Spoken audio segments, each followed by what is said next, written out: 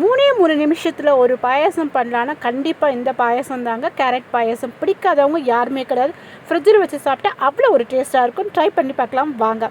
First ஒரு pan வச்சுட்டு நம்ம நெய் ஊற்றிட்டு முந்திரி திராட்சை வறுத்துட்டு அது கூடயே கேரட்டு போட்டு வறுத்து எடுத்துடலாங்க. உங்களுக்கு எவ்வளோ தேவையோ அந்த கேரட் நீங்கள் எடுத்துக்கலாம். வறுத்து எடுத்த அப்புறமா அதை எடுத்துகிட்ட அப்புறமா பார்த்திங்கன்னா நம்ம சேமியா போட்டுடலாம். சேமியாவை வறுத்து எடுத்துடலாங்க. அது கூட வந்து வெண்ணெய் எடுக்காத ஒரு பால் தான் நான் ஊற்ற போகிறது. ஒரு பவுல் எடுத்துகிட்டு ஃபுல்லாக ஊற்றிட்டுருக்கேன் நான்.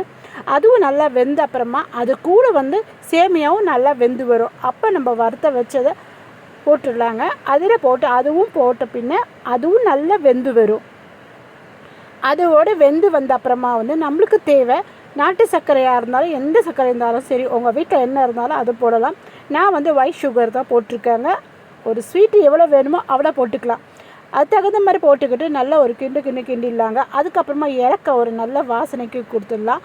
அதுவும் போட்டு அப்புறமா வந்து நல்லா வெந்த அப்புறமா நம்ம எடுத்து மாற்றி வச்சிடலாம். இது ஃப்ரிட்ஜில் வச்சு சாப்பிட்டா அவ்வளோ ரொம்ப சூப்பராக இருக்கும், அவ்வளோ டேஸ்ட்டாக இருக்கும். ஃப்ரெண்ட்ஸ், இந்த வீடியோ உங்களுக்கு பிடிச்சிருந்தா கண்டிப்பாக ஒரு லைக் ஒரு சப்ஸ்கிரைப் கண்டிப்பாக பண்ணுங்கள். இது யாருக்கு இருந்தாலும் பிடிக்கும். சட்டுன்னு 3 நிமிஷத்தில் பண்ணலாம். ரொம்ப ரொம்ப டேஸ்ட்டாக இருக்கும்.